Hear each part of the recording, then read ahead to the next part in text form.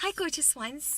Now I'm super excited today to talk to you about romantic comedy and Turkish film industry, simply because they do it so well. I love comedy on its own, but it can be quite silly, so I won't necessarily follow just pure comedy.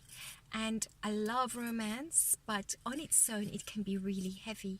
But when you combine comedy and romance, somehow it's the perfect combination, and it's funny, light-hearted, joyful, also romantic. So it's got all the elements of humor as well as romance, which I love. And somehow Turkish Star TV do it incredibly well. I discovered this when I first watched Kiralik Ask or Kiralik Ask, which is Love for Rent. It was produced by Star TV in 2015, and it went on for 2 years and 69 episodes. 2 seasons. The first season had 52 and the second season had 17, and it was an absolutely fantastic series based on 2 characters, Defne and Omer. Defne was played by Erkenci and Omer by Baris Arduk. So it was my first encounter with both of them, and I fell in love with the chemistry that's between them, and it was just fantastic. So the story was about basically this beautiful girl called Defne, who had a part-time job as a waitress. She was working very hard in order to help pay off her brother's debt. Now she lives with her grandmother, and her brother, who's older than her, and a sister who's younger. So they all live with their grandma since their parents left them. Her brother gets into a massive debt, and the mafia are after him. If he doesn't pay, he could lose his life. So that's the big debt that she has. And so in the first episode, we see that there is a beautiful young man called Omer.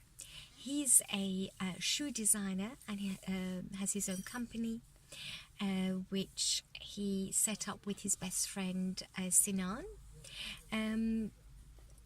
His uncle and aunt brought him up, and they are encountered by his grandfather one day, who says that he gives them an ultimatum that unless Omer is married within 6 months, they will not inherit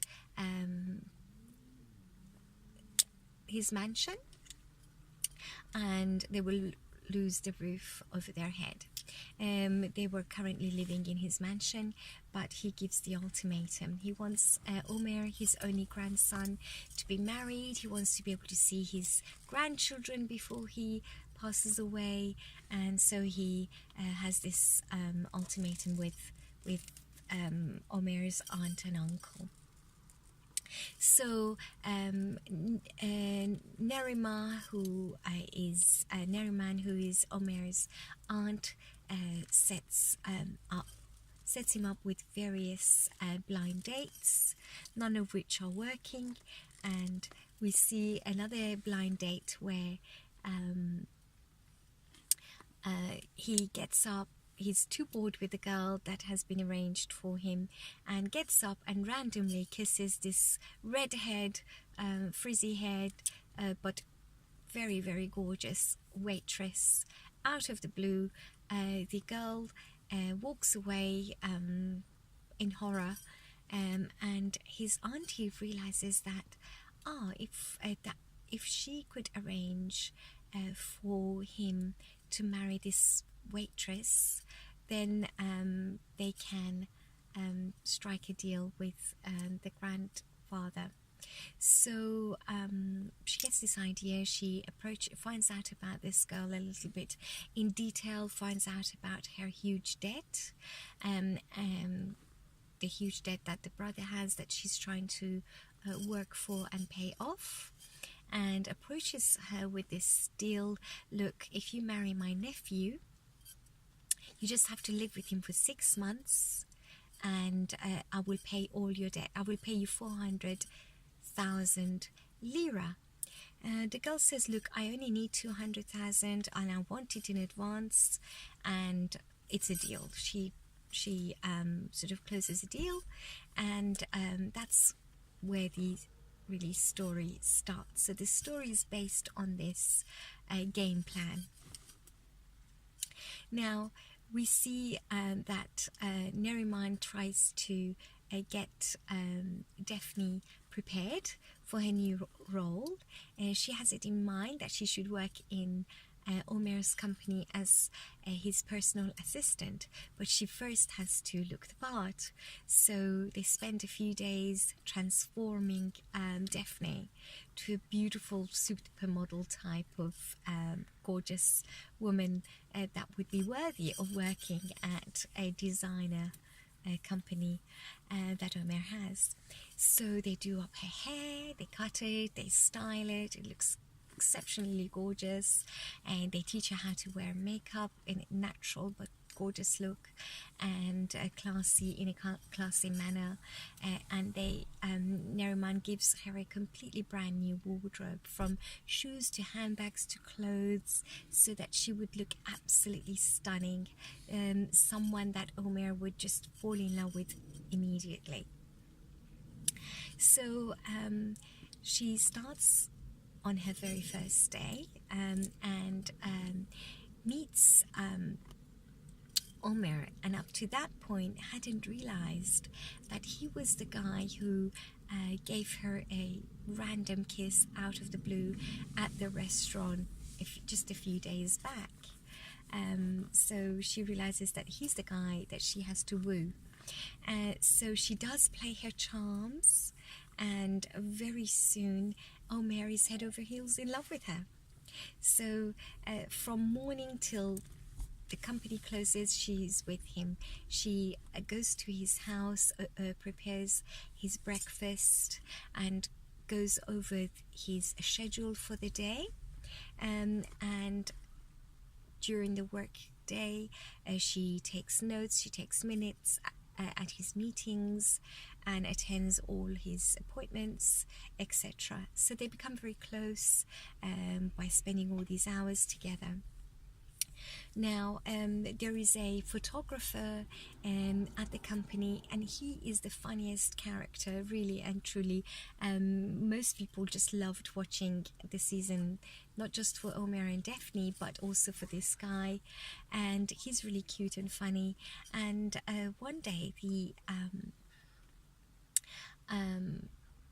model doesn't turn up for the latest photo shoot of the latest shoe that Omer had designed. It's arrived from Italy.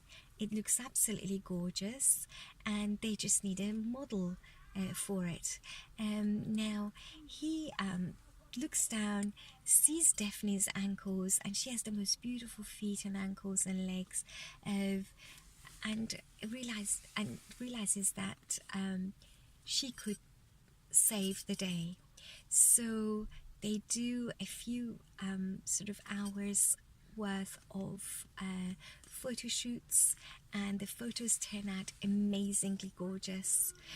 So Omer, who's very fussy, who takes a long time before he accepts a model to model his shoes, falls in love with this particular set of photos, and realizes that actually Defne is the model, because Defne has a birthmark on one of her ankles, and one of the photos still had that birthmark on it, although it was photoshooped in most of the other photos. One photo still had it, and that's how Omer realizes that Defne had modeled for this. So this, of course, turns Defne's world around. She becomes the new face for their fashion magazine. Now, it also turns out that she has herself a knack for designing. So she had a scrapbook and she was designing a few shoes. When Omer sees this throughout the first season, encourages her to attend a fashion school, a design school, so that she can develop this amazing talent that's within her. And she's therefore inspired by Omer and his designs, and attends the course and graduates with flying colors. She was one of the best students they ever had. So we see 52 episodes of fun and joyful romance. Initially they try and hide the relationship in the company, but everybody soon finds out. Now she actually falls in love with Omer.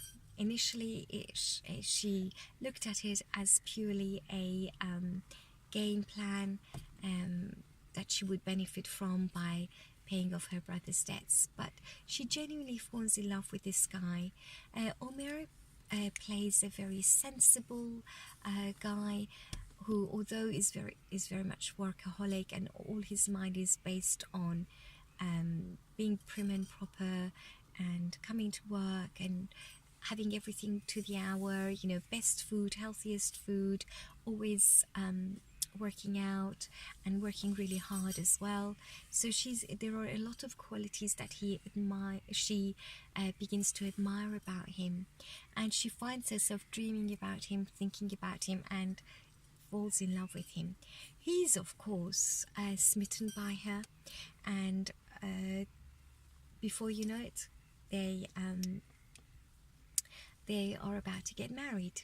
So on the 52nd episode, which is the last episode of the first season, you see her dressed up beautifully in her wedding gown, walking down the aisle and going past all the people involved who actually knew about the game plan, and the only person that obviously was blind was Omer, and she doesn't have the heart to go through with it without telling him the truth.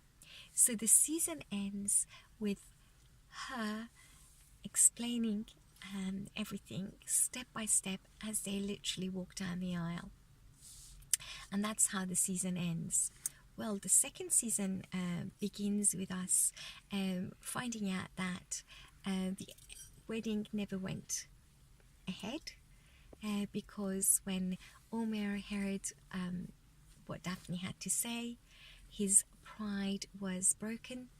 He felt cheated by everybody around them, as well as his true love, Defne, was heartbroken as well, and he left the wedding scene. So Defne was left without her groom. She actually felt relieved that she had confessed the truth to him, and she leaves the company. He goes to America, she leaves the company and sets up her own company, her own fashion sort of store.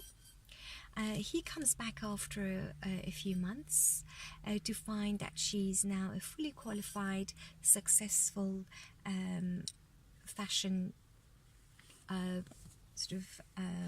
editor, and he's impressed by that, but has put the past behind him and soon realizes that he's still very much in love with her, and this time maybe they can get to know each other as who they really are. This time there are no game plans. This time they can be truly Defne and Omer, and before you know it, their love rekindles, and after 17 episodes they are married, and we see a beautiful scene where she's pregnant and she looks absolutely gorgeously in love with him, and there's a wonderfully happy ending with that show. So that's where my love for Turkish romantic comedy started, with Kiralik Ask. Now, the chemistry between Elcin and Baris playing Defne and Omer was so super fantastic that people around the world wanted them to play in more shows together, in more films together, and therefore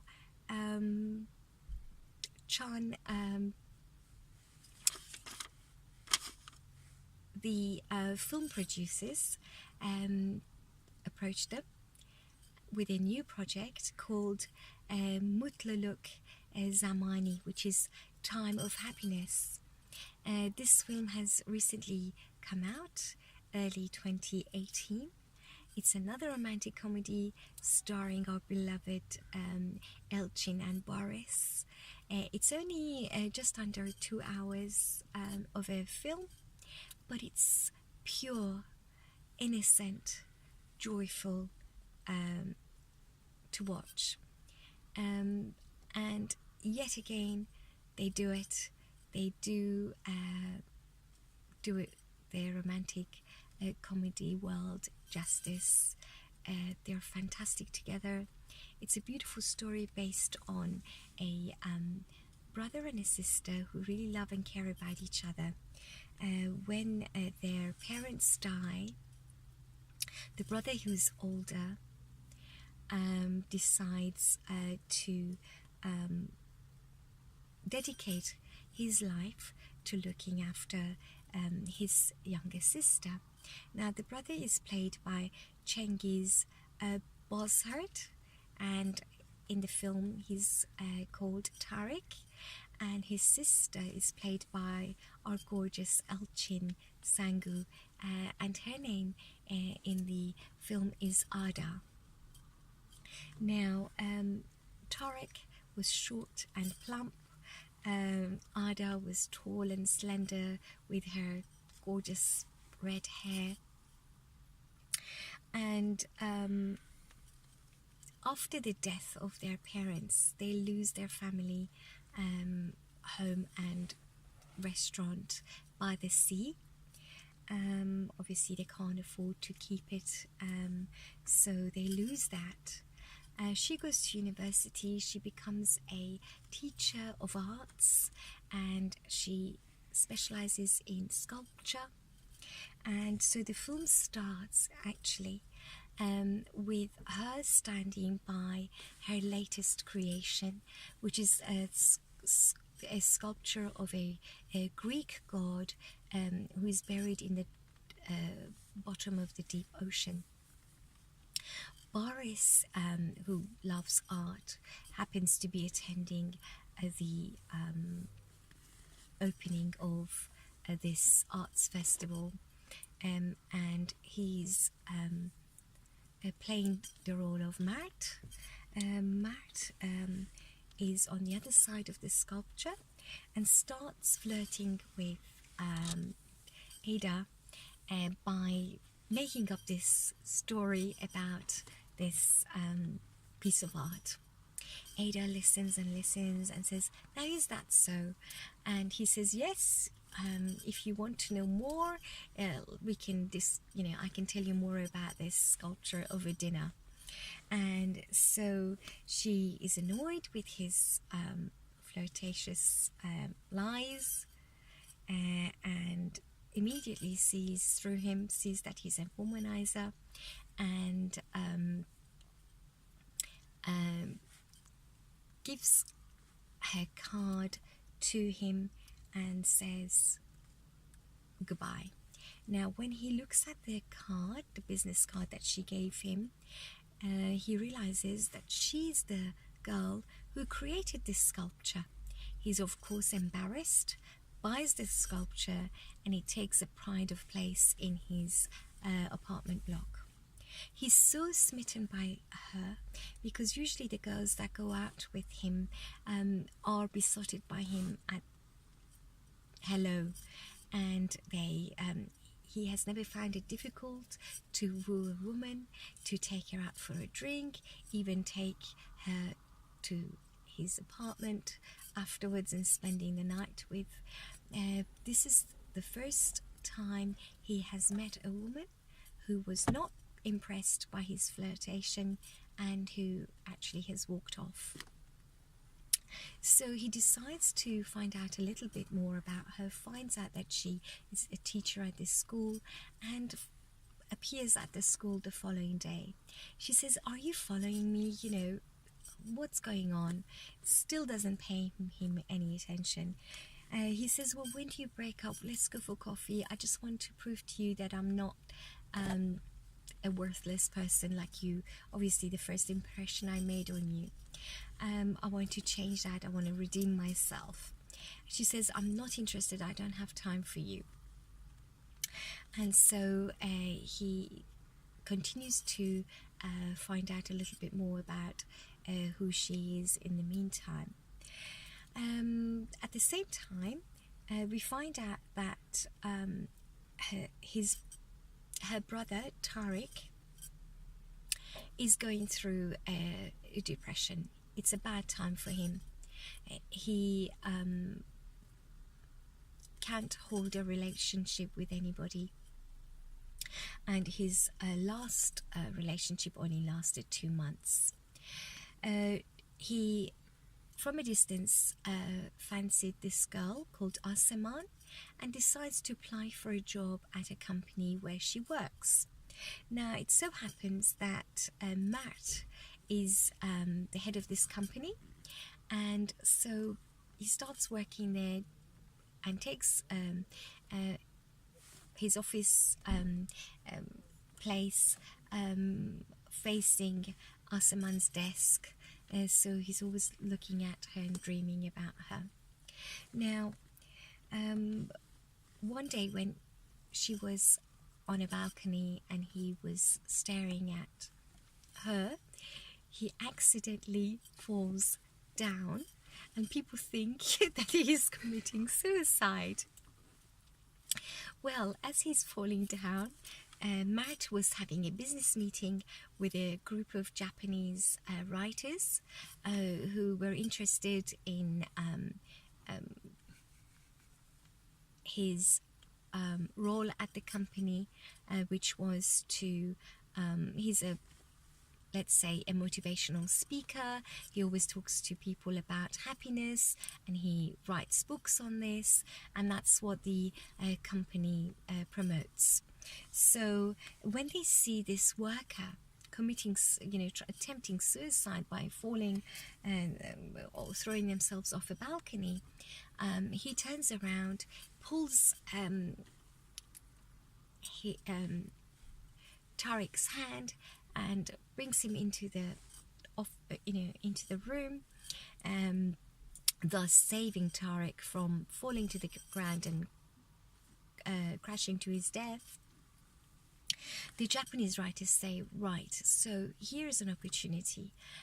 If you can make this man happy, this employee of yours happy within 1 month when we shall return, then we will sign a contract with you for your new book or your new program. So Mert is left with this comical character, Tariq, and he has to completely transform him. So he sets out a plan to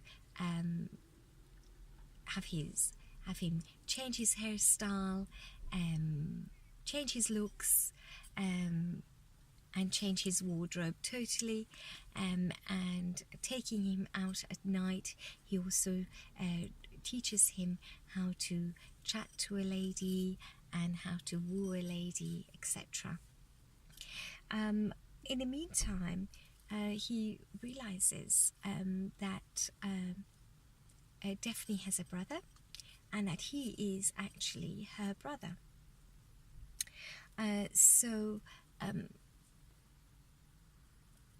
lo and behold, he continues to try and woo her during the day, and in the evenings train Tariq up to be the confident man that he wants to be.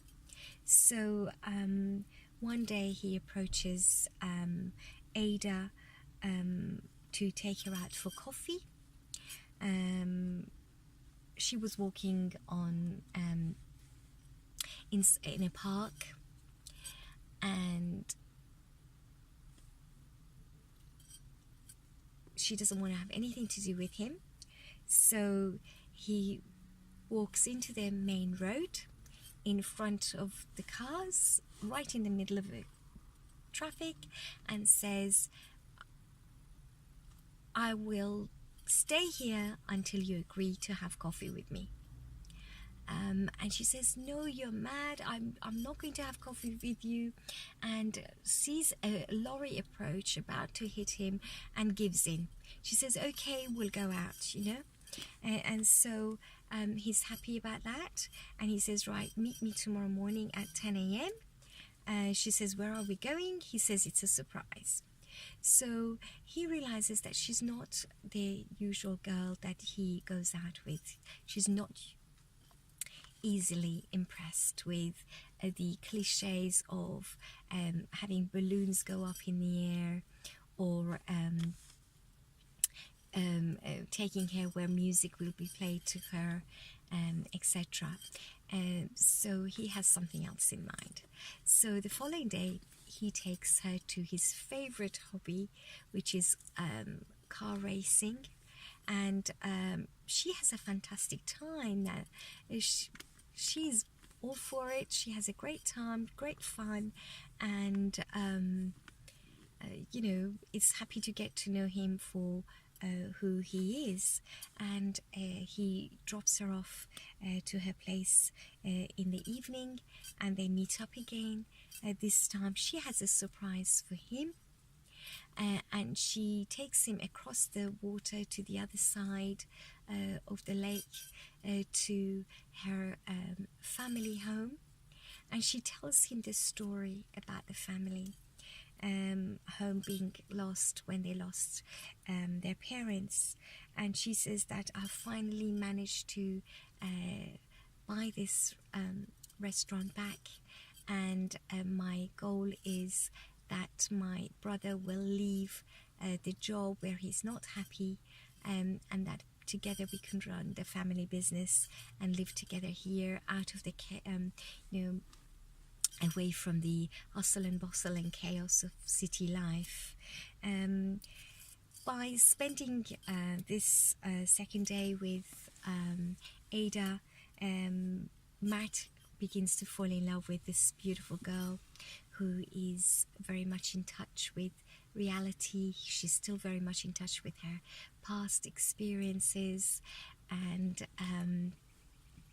she loves her brother so much that she hasn't yet established a relationship with anybody, because her main concern is her brother, and the same, he admires the brother for dedicating his life to her. Now an opportunity comes where Mert decides to tell the truth, to confess that he is her brother's boss, just so that the game could be over and that he could be truthful to her. When she finds out, she is hurt, she feels cheated, and she asks Mert to leave. When the brother finds out what a fantastic work she's done behind him, secretly buying their family home and restaurant and doing it up so beautifully, he decides to stay and help her with start a new life. Now the month is up. The Japanese people turn up at a conference which is televised and filmed, in an interview with Mert. They want to know where is Tariq, the newly transformed Tariq, and they ask whether he has found happiness. That's where Mert says, I'm afraid Tariq will not join us today. Although I helped him undergo a physical transformation, he already had true happiness, and he's discovered it. He's discovered true happiness is when a brother loves the sister and dedicates his life to the sister, and when a sister loves their brother so much that she's willing to do anything for him.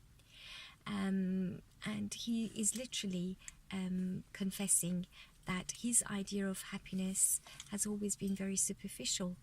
It's been about perfection, people looking perfect, having a perfect haircut, perfect clothes to wear, a perfect job, but clearly he was mistaken.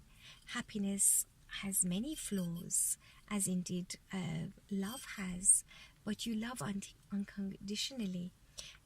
So Ada loves Tariq, her brother, unconditionally, and Tariq loves Ada unconditionally. And when whilst this was happening, Tariq has been telling Ada the truth about Mert. So, and trying to clear up a misunderstanding between them. Whilst Ada feels that Mert only got close to her brother because of her, Tariq lets her into the secret that no, that's not what happened. That a month ago, as he was falling off the balcony at work, everyone thought he's trying to commit suicide, and if Mert, his boss, hadn't pulled him in to the room, he would have fallen to his death.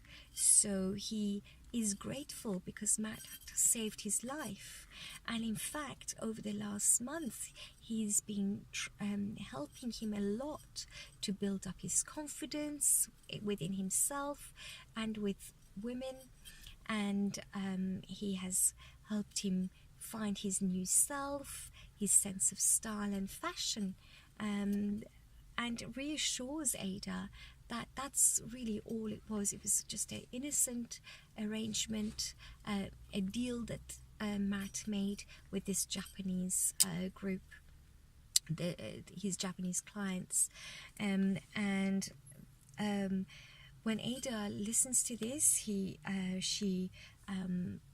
rushes to Mert's office to see him.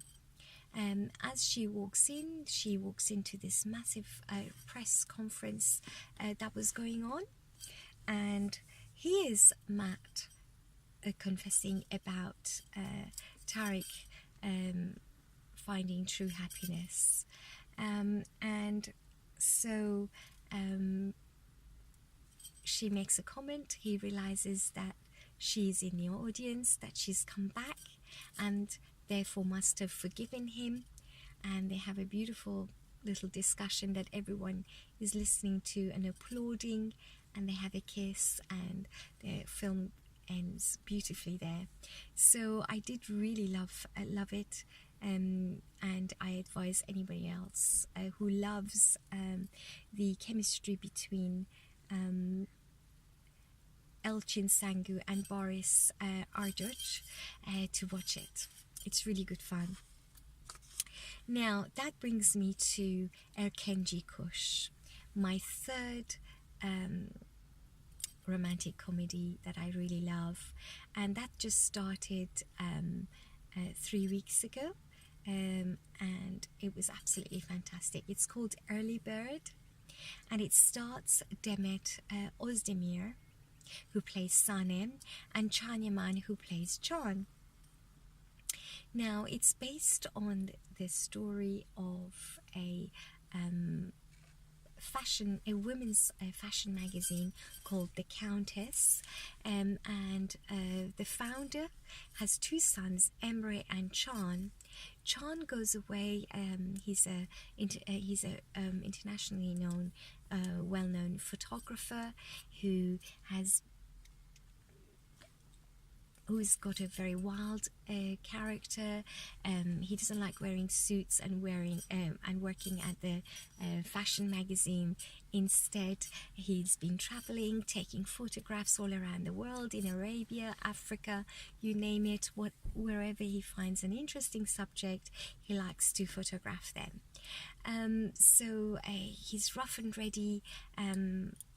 Yaman worked out to look the macho, mostly well-built body, very sexy, and he's grown his hair and it's tied back in a ponytail.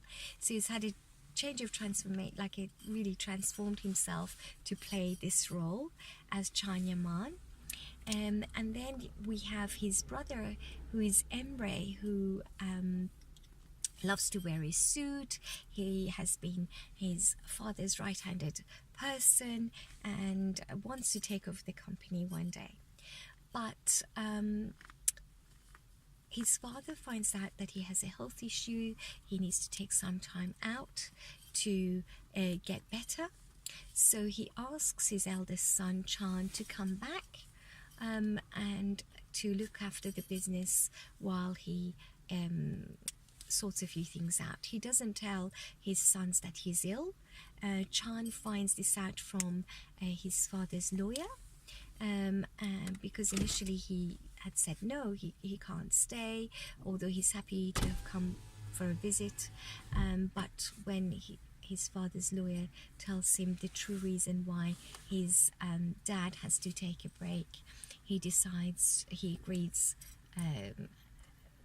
to stay and to help in his father's absence.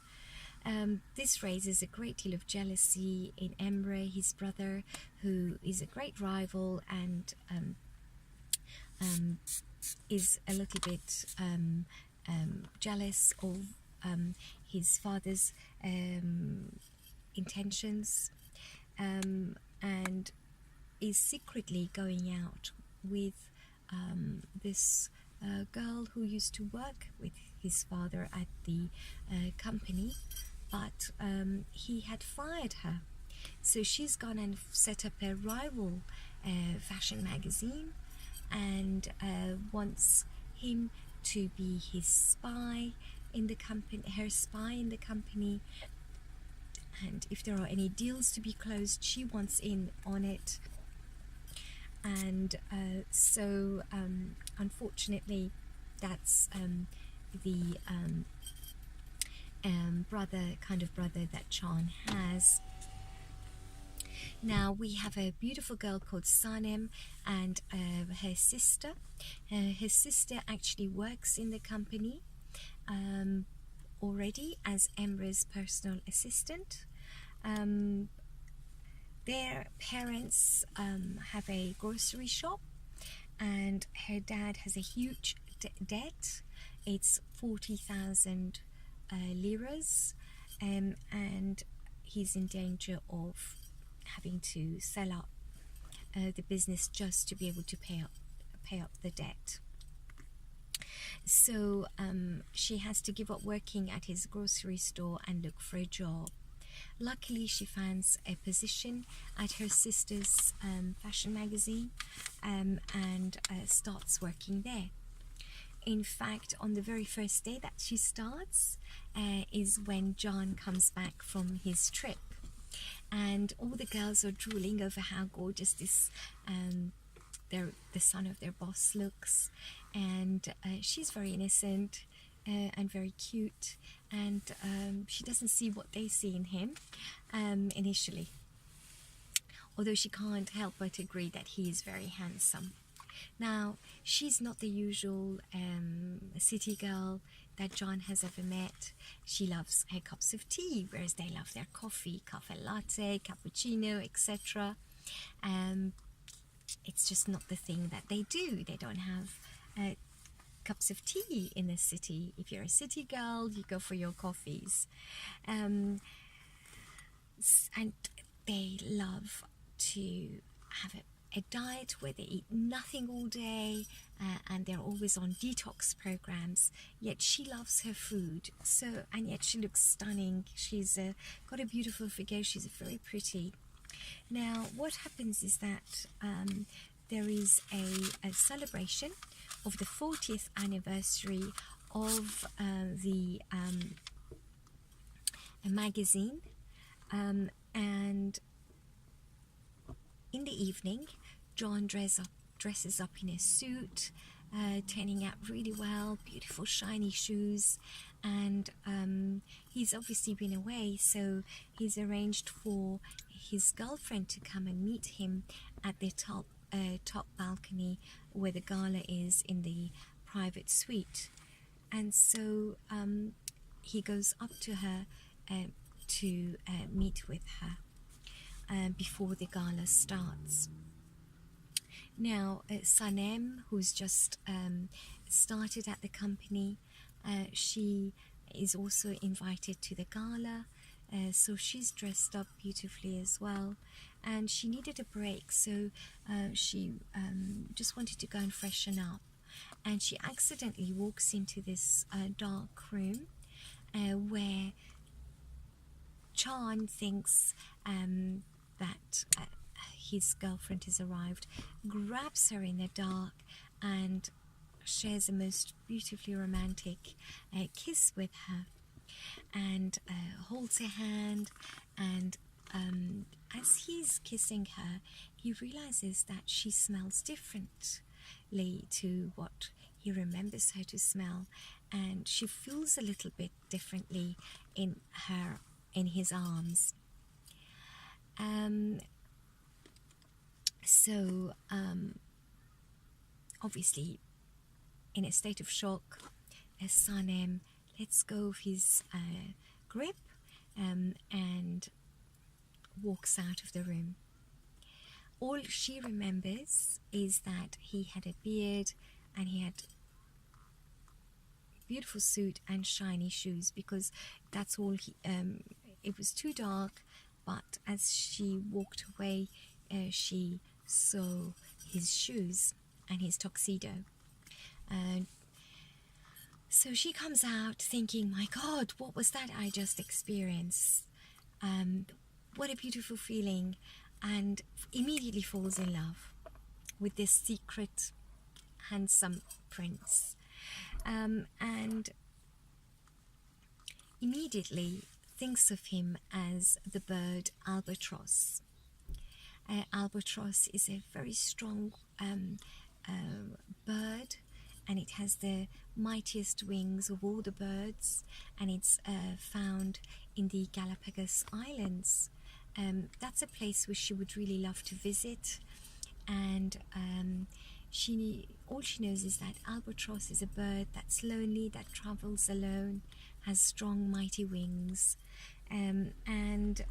so she fantasizes from that day onwards about this secret lover who kissed her in the dark at the gala, and sets out on a mission to find out who it was.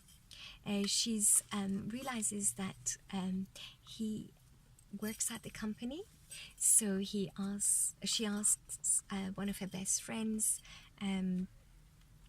after the day after the gala to prepare a list for her of anyone who has a beard in the company.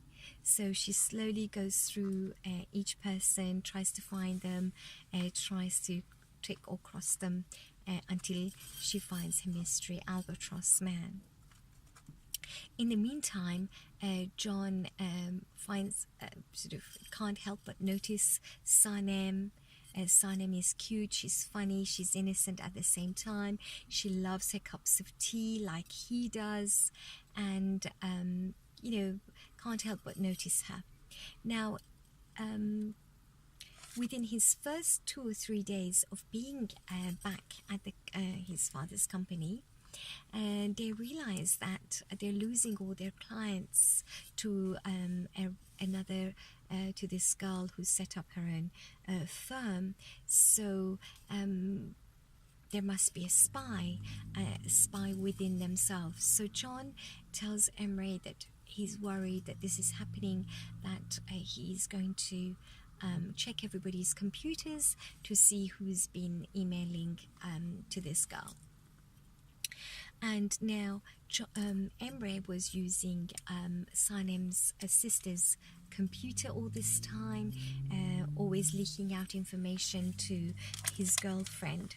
So she's fired. Well, she thinks she's fired, but she's not. She's just literally been given a few days leave of absence until the being Emre's private assistant, she would be the prime suspect. So she was laid off just for a few days until the investigations would be completed. So she's beside herself with worry that she's lost a job. Then she's reassured by Emre that this is just temporary. And now Can decides that the only person they can trust in the company is Sanem, because Sanem is the only one who started yesterday when he first started. So she wouldn't be in any way the spy. The information has been leaking out for months, and therefore tells their brother Emre that, look, the only person we can assist is Sanem. So from now on, she's going to be both our personal assistants until we can investigate everybody. Another reason how Sanem ends up working very closely with John. And so where are the similarities between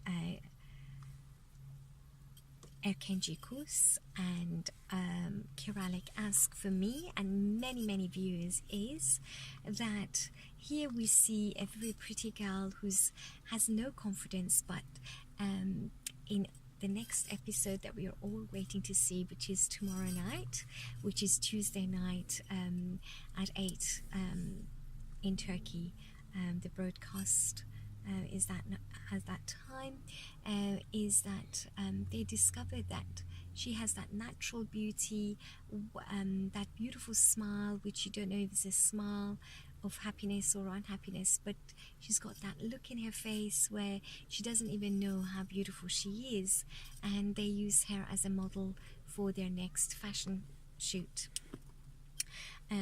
Similar to how Defne was wild-spirited, very earthy, organic girl, they decided that she would make it the new face of their shoe magazines and the face of their shoes. So they're both fabulously funny. I love them both, and really Early Bird has given us a new joy, a new buzz to wait for each week to see what happens. So I'm really excited. I only do my blogs when I'm super excited about a show. So Erkenci has reminded me of how much I loved Kiralik Ask and how gorgeous Mutluluk Zamani is. And now we have this beautiful new series to look forward to every week. So until next time, goodbye for now.